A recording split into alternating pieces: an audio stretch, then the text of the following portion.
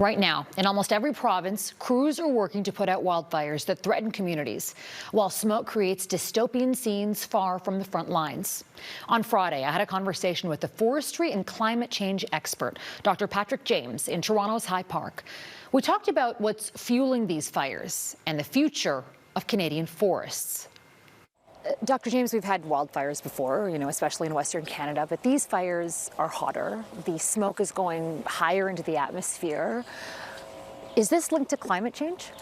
I would say most definitely. There's a consequence of climate change on our weather patterns, including temperature, pressure, precipitation. We've had the third warmest May on record. There are some exceptional temperatures in the ocean, which lead to these higher temperatures and more energy in the system.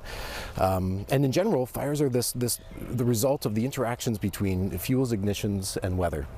And so we've had these incredibly dry, hot conditions.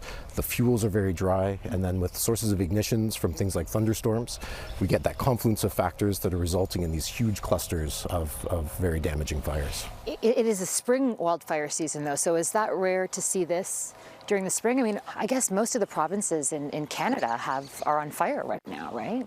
Yeah, it is unusual to have this much fire activity this early in the season. I believe Quebec has exceeded its recent records in area burned, and it's only within June. And this is the consequence of these really warm, dry weeks we've had.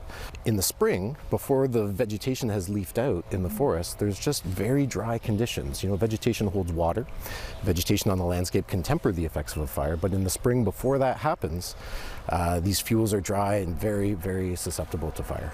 How do we prevent a Slave Lake or Fort McMurray when we're seeing these fires? Right. It's a difficult question. I'd say investment in emergency preparedness, education. There are some options involving fuel mitigation around communities or resources. So I think, thinking about this through the lens of climate change and our obligations to reduce atmospheric CO2 concentrations, and realizing that there is this direct link between carbon dioxide emissions and temperature and heat, and of course wildfire regimes. Is this our new reality? Yeah, I think a lot of people would say so. We continue to have record-breaking years in terms of both fire and weather. And it doesn't seem like it's just a one-off, right? So, seems like an aha moment right now. Well, yeah, I'd say so, and I would hope people would realize that this is the new norm. These extremes are the new normal. If we were to just have one extreme year every once in a while, we could attribute that to variation, natural variation and chance. But to break records year after year after year, I believe speaks quite loudly. And I think we need to brace ourselves for more extreme fire weather, mega fires than fewer. When we look at these plants and this vegetation, I mean, it has been here for eons. What are the long-term effects of these type of wildfires? Yeah, and I think that's a really interesting question. The trees, the forest, they have an evolutionary history of dealing with fire. And so a really interesting question is, are these fires happening in such a way with such a severity that they may exceed the capacity of these systems to recover?